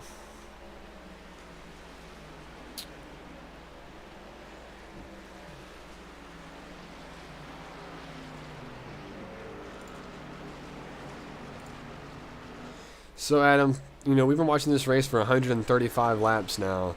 As we're coming toward the end of the race, what do you think, these drivers are thinking if they're not Dakota Knoll? And what do you think they have to do to try to catch him if they can? Do they have to hope for a yellow, or do they just have to try something different? As you can see, Gary Sack getting in the wall coming off in turn 2. I think it's going to be hope for a yellow and hope you're not the yellow, like we just saw Gary Sack. Like you mentioned, get in the fence, and not the first time we've seen someone else up front get in the wall. Of course, it's been theme all night, and everyone's just pushing it to the limit, and hope you're not the cause of the caution. Yeah, it's really important to try to keep that car clean. We saw Gary Sack get in the wall there, and as his laps wind down, the tires are going to start getting a lot more slippery. The track's, I'm assuming it's cooling down. I know it's Phoenix, Arizona, the virtual Phoenix, Arizona, but as it's always hot down there, but the track's going to cool down as, night falls, and we've been well into the nighttime. But even then, the tires will still get really slippery, and they'll get really slick. And even on a corner entry, as you're riding those brakes, you might get a little bit loose. So, you really don't want to be like that caution, like you said. You want to hope for a caution, get that last set, maybe last set of fresh Mr. Feelgoods. But that doesn't happen, you're kind of sitting duck. And you're going to have to be, really good and really keen on, protecting that position. As I hear some destruction, maybe a couple cars hitting the wall, coming off of 4. We've seen that many times, cars getting in the wall, coming off of 4 and off of 2. But that's just people trying to carry a lot of momentum. But as you see here, Justin Durand kind of putting the pressure on Cameron Caldwell as the laps round down, coming to 12 laps to go here at the virtual Phoenix, Arizona at Phoenix Raceway. We go take a look at Dakota Knoll, who just put on a clinic. He has been leading ever since the last caution. He was leading before then. He won our stage, and with coming to 11 laps to go now, I don't see anybody catching him unless we have a yellow. Don Kelly's behind him, a 4.1 second gap. Behind him is Alex Kirfan with a 5.8 second gap. So as these laps wind down, we'll start, let's see Dakota maybe back off or maybe get back on the throttle. But everyone behind him is probably crossing their fingers, doing the caution dance, trying to get a caution here.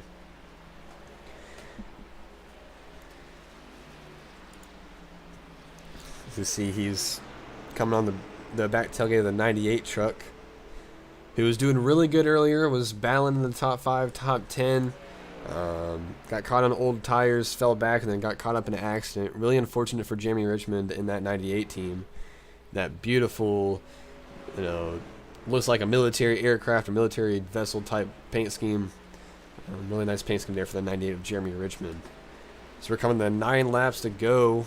Take one more quick sweep through the field before we wrap this thing up here on JCTV in the Pit News Truck Series. First place so far and coming to the end is Dakota Knoll. Second place will be Daunton Kelly. Both these drivers have been 1-2 basically the whole race and done a really good job at it. Third place will be Alex Kirfan. Fourth place, Gary Sack. Fifth place, Cameron Caldwell. Right behind him is Justin Durand in the 5 truck. Seventh truck is to be the truck of Andrew Williams. In 8th place will be the 79 of Dawson Allen. 9th place will be Brett Bennett.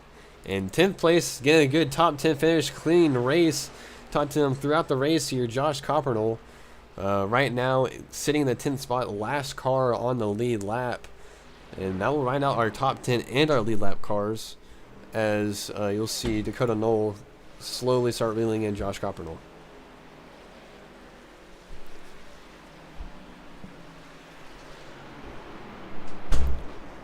Dakota's coming to 7 laps to go as he comes out of turn 4, passing the 50 truck of Scott Roush. And just ahead of him there, as you can see, entering turn 1 is that last lead lap car of Josh Coppernell. Maybe Dakota will be nice. Maybe Dakota will, let Josh stay on the lead lap, but we'll have to see as he's, 7 laps to go. Still a lot of time to catch that last lap car of Josh. Dakota's got a comfortable lead, but I don't know if it's enough to be playing with the gap just exactly like that. But first he's got to catch Josh. He's not there yet. 6 to go. First off, what a race this would be for Dakota Knoll if he's able to finish it off here in a handful of laps, because he has not had the best of times in this league in the slightest. He's wrecked more than he's finished by far. That's not even close. And really the only highlight before tonight was this race last season in the playoffs, like he mentioned in our stage interview. He ran really good here a couple months ago in the playoff race. Wasn't a part of the playoffs at all. He was way out of it by then. There's a moment right in front of him. Oh my goodness gracious. Almost destruction between the 32 and the leader, Dakota Knoll. That was a very scary situation. I bet you Dakota Knoll's heart's pumping way faster than it was before, as he's coming to 4 laps to go, and Josh Coppernell's right in front of him. Get a little onboard action here as the laps wind down. Real quick to finish up what I was saying though, but it was a P2 run for him here in Phoenix a couple months ago, and that was great for him, and a lot of momentum towards him for the rest of the racing endeavors he participates in that caused, and hopefully this creates more and helps catapult him in the rest of the season, because he's not had a great championship campaign no matter what league in this series. And coming into this race tonight, he was dead last in the point standings after a crash in Daytona. Yeah, and you can see how much he's going to be a big factor leading into the playoffs as we're at 3 laps to go. Really fast driver, and in a thick setup league where tire conservation is very key, he's really good at saving tire and being fast at the exact same time. And we see professionals in the eNASCAR, Coca-Cola iRacing series who have open setups, but when they race fixed series, they're really, really fast all the time. And Dakota Knoll might be one of those guys that could be up in those higher ranks because he's just that fast. As we're at 2 laps to go here at Phoenix Raceway in the virtual Phoenix, Arizona, as Dakota Knoll is coming off of turn 2 for the second to last time, remaining behind Josh Coppernell, and I think Josh might be happy to see that he might not let by Dakota Knoll as we're coming to the white flag. 1 lap to go for the ITPN Truck Series on JCTV. And as we've been talking about for the last couple laps, Dakota Knoll put on a show and put on a clinic for all these drivers throughout the field. So he's coming through off of turn 2 for the last time, right on the tailgate of Josh. And I think he's going to let Josh stay on the lead lap. What a saint. As he's coming off of turn 3 and 4, Dakota Knoll is your winner at Phoenix Raceway for the BSR ITPN Truck Series. Right behind him is Dalton Kelly, Alex Kirfan, Gary Sack, Cameron Caldwell, Justin Durand rounds out your top, Cameron Caldwell rounds out your top 5. Then Justin Durand, Andrew Williams, Dawson Allen, Brett Bennett, and Josh Coppernell rounds out your top 10. But Dakota Knoll wins here at Phoenix Raceway.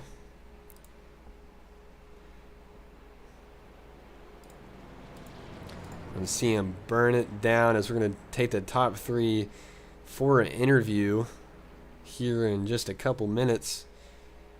You can see Dakota Knoll bring it down off turn 4 as maybe one of his teammates there, 12 car Cameron Caldwell, giving him a little good job as 12 cars going to start burning it down, and the 55 is going to start burning it down, and the 30 is all going to start burning down. Everyone's burning it down on the front straightaway here at Phoenix Raceway, as it's been a great race so far, the whole race actually, and it's really a lot of fun to commentate it here on JCTV for the BSR ITPN Truck Series, as we will start to round all the top 3 in for a good old-fashioned interview session as the burnouts and celebrations continue.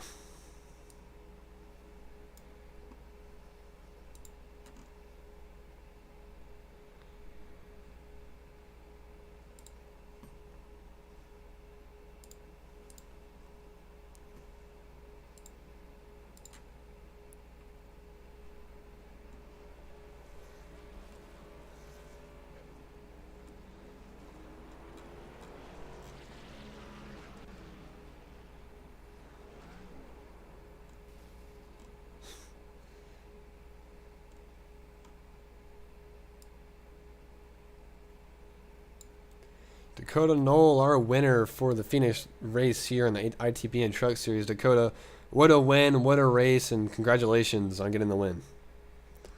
Hey, thanks a lot.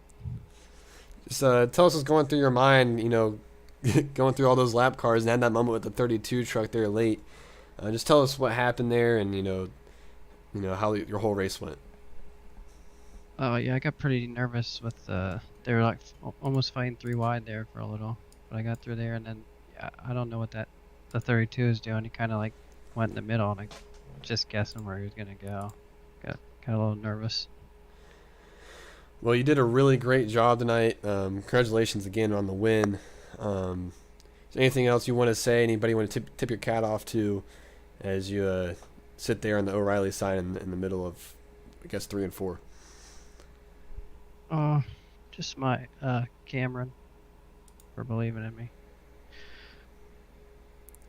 Well, again, congratulations on the win, and go celebrate tonight on beautiful Saturday evening here. And again, congratulations. Yeah, thanks a lot. That was your winner, Dakota Knoll. And we'll bring in your second place finisher here momentarily. Dalton Kelly, it's been Alan in the broadcast booth. How are you? And congratulations on the second place finish. Yeah, thank you. It was a great race. We didn't have anything for Noel, but with all the movement chicanes out there, it would have been hard to do anything with him anyway. Yeah, we saw you do a really good job, even on short run, trying to battle with Dakota Knoll there. Just tell us what kind of went through your mind throughout the whole race and how you're feeling it since the race is finally over.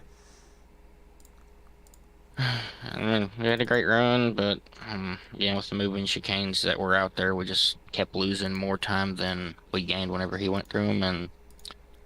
And second sucks, but great start to the season. At this rate, we should win next week, but we'll see how that goes. Well, yeah, next week being Charlotte, it's kind of one of those racetracks, and definitely in fixed setup leagues where it's kind of anybody's race. Everyone kind of knows how to run that racetrack, so it sounds like you're pretty confident in your abilities to try to go win over there. Yeah, I mean, it's a 1.5 miles. It'll just be track position and just fighting dirty air, which is kind of like tonight. There's a little bit of dirty air that you had to fight tonight, being behind people, because between that 50 and 100 segment, we were just stuck behind Cam, just couldn't do anything. Got to run a few times, but couldn't really get by him, and then we got by him right there on the restart. I knew I had to just drive it as hard as I could to get around him to try to stay with Noel, because I just saw him just drive off, but now I see it was him. He almost looked like Jason out there. Yeah, Dakota Knoll was one of those guys you really could not keep up with a long run. He did a really good job at saving tires, but also be fast. So, do you think there's anything you can do differently next week when it comes to that, or since it's a 1.5 miles, do you think it'll just kind of be even all around? It'll be more even, more than likely. Just track position and managing your right front best you can. Dakota, he either crashes out or he runs great, and tonight he was great all race. You couldn't touch him. Yeah. Well, again, congratulations on the second place finish. Anybody you want to shout out or, give a special thanks to before we let you go? Circle B Diecast, Joseph Strigley, great partners, everyone back on the team.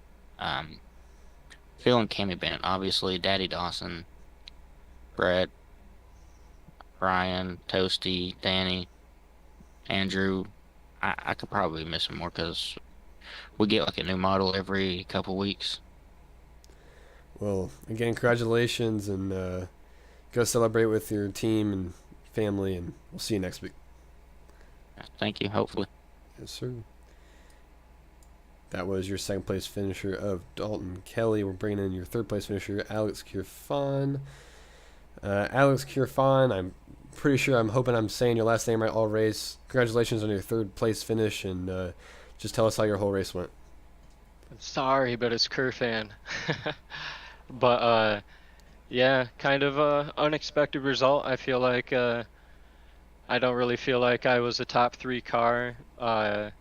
Maybe the qualifying pace was there, but during practice I didn't feel like I really had the long run pace, and maybe the track rubbering in over the course of the race helped me a bit, but I feel like my long run pace was really good. I was able to manage the tires and be able to get some nice passes going, maybe 30, 40 laps into the run even. And yeah, like I said, just overall surprised with the result a little, even though with the good qualifying.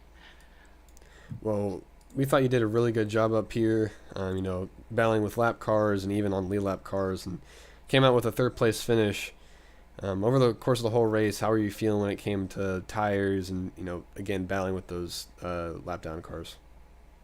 Yeah, it was for sure a battle of attrition today. Phoenix is really rough on tires, especially through 1 and 2. A lot flatter of a banking, do a lot more sliding through there.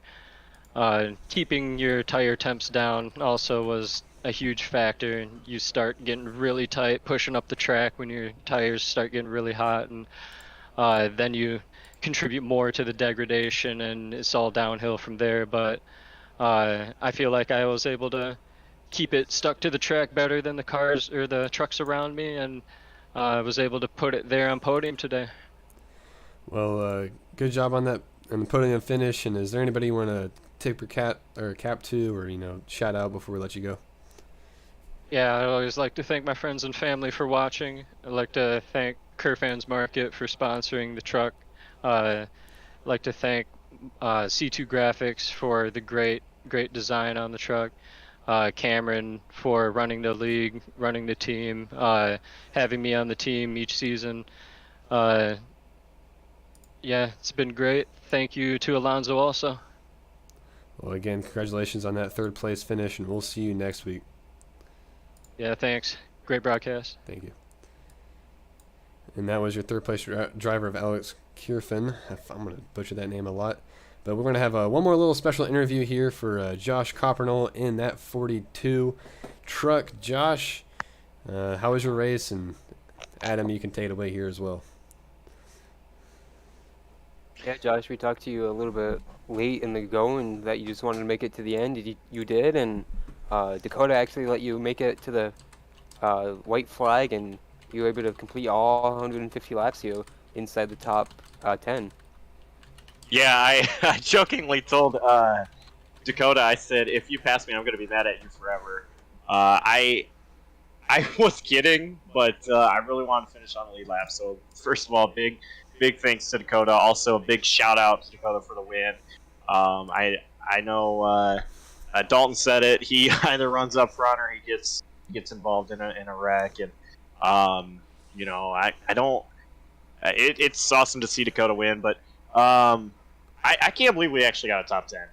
First of all, battle I had with Jeremy Richmond at the end. I mean, I know you guys were showing probably more important things up front, but Jeremy Richmond and we were battling hard with like 15 laps to go for several laps, and I have never put so much pressure into trying to make a pass in my life, and that was a really fun battle with Jeremy.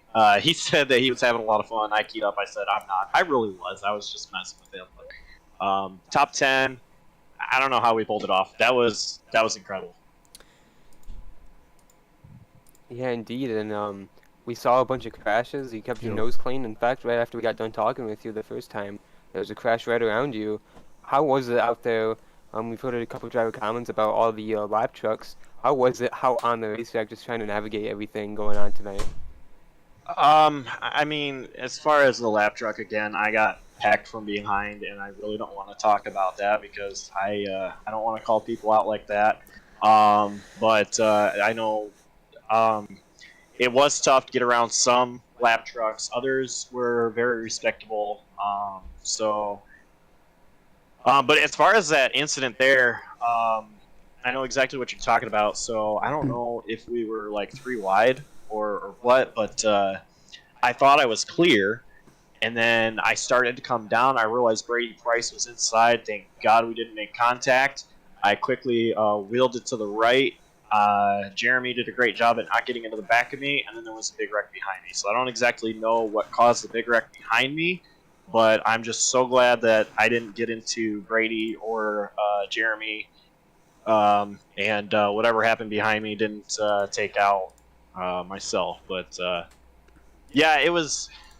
This track was tough. I knew it was going to be tough, and I'm glad I was able to run all 150 laps. Yeah, it was a really great race from you, Josh. We were, silently cheering you on throughout the whole, in the broadcast, and mentioned you a couple times. But overall, everyone did a really great job on track today. We only had a couple yellows and a good little stretch that we had a yellow after yellow, but 2 really good green flag runs there, and it was just really fun to watch. But yeah, for sure. It was a tough drive. I have no idea how to drive these things with a truck, but yeah, it was pretty fun. Well, thank you, Josh, and congratulations on that top 10. And that will do it for our broadcast here on the ITPN Truck Series. I'm Ben Allen, along with Adam Kuhn here in the broadcast booth. We'll see y'all next week at Charlotte, and hopefully have another good race there and another good broadcast here on JCTV. Again, thanks for watching. We'll see y'all next week.